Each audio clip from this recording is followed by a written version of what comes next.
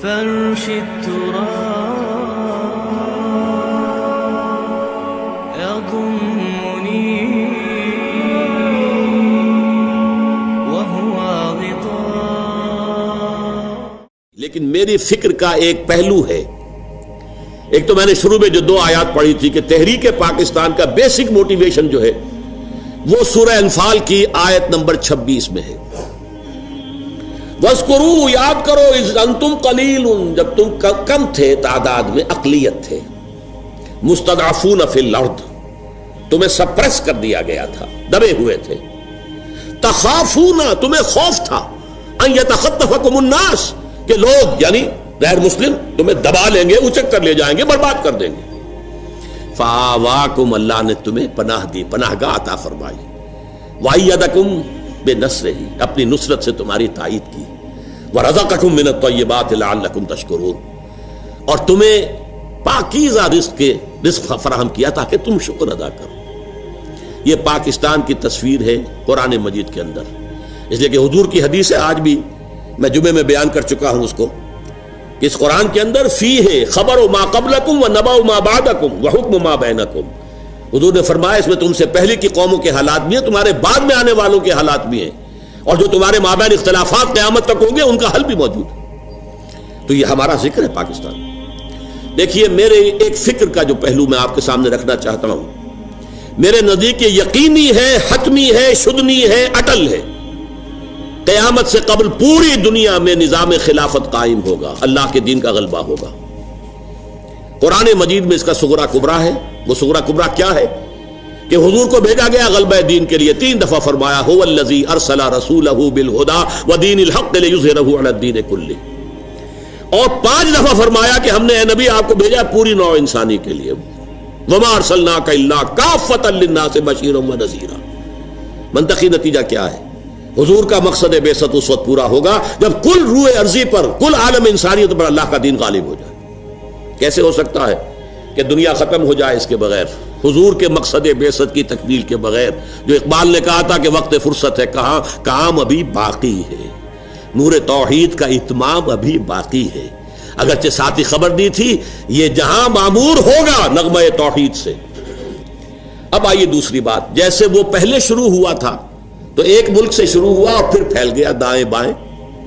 عرب میں حضور کے دستے مبارک سے اسلام کا غلبہ ہوا، اور پھر 3 فوجیں نکلی، ایک مشرق کی طرف، ایک مغرب کی طرف، ایک شمال کی طرف. عراق سے ہوتے ہوئے ایران، اور ایران سے اور آسان کی طرف، ادھر یہ کہ شام سے ہو کر اور مصر کی طرف، اور یہ کہ آگے اٹلانٹک، ادھر یہ کوہ قاف تک.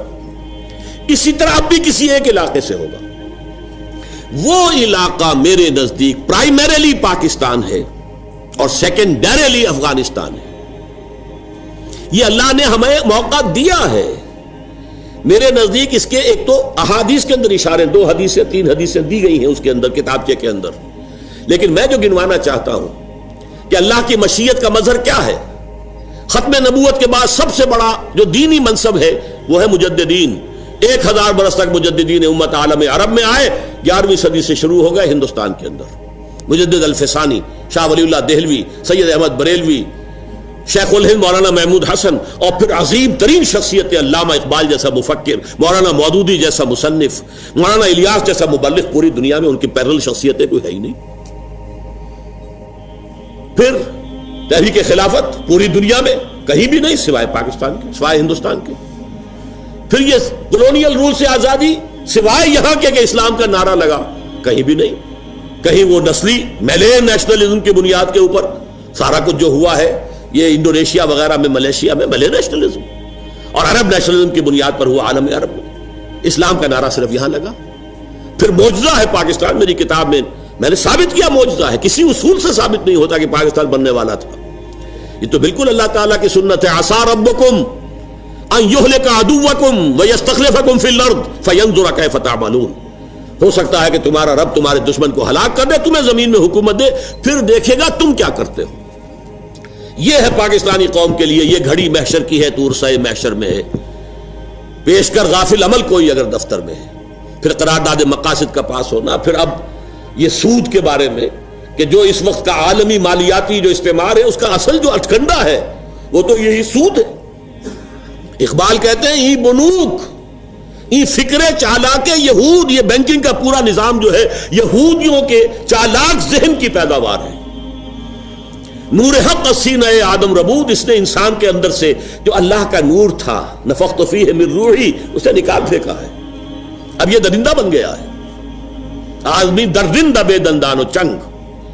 نور حق سینہ آدم ربود تا تہو بالا نہ گرددی نظام دانش و تہذیب و دین سودائے خام. جب تک یہ بینکنگ کا نظام جو ہے تہو بالا نہیں ہوتا، ختم نہیں ہوتا، اس وقت تک نہ دانش کا کوئی امکان ہے، نہ دین کا، نہ تہذیب کا. اور وہی بات علامہ قائد اعظم نے کہی اسٹیٹ بینک آف پاکستان کا افتتاح کرتے ہوئے کہی کہ یہ نظام نہیں، ہمیں اپنا نظام بنانا ہوگا. تو بہرحال ان حوالوں سے اللہ تعالیٰ نے بہت سے شواہد جمع کر دیے ہیں کہ یہاں سے احیاء ہوگا. بدقسمتی سے ہم اپنا سبق بھول گئے، منزل سے بھٹک گئے. ہماری دینی قیادت نے بہت بڑی غلطی کی، ہمالیہ ایسی غلطی کی، پاور پالیٹکس میں اپنی صلاحیتوں کو، قوتوں کو ضائع کر دیا. ہو سکتا ہے بھولا ہوا سبق یاد آ جائے، توقع ہے اللہ سے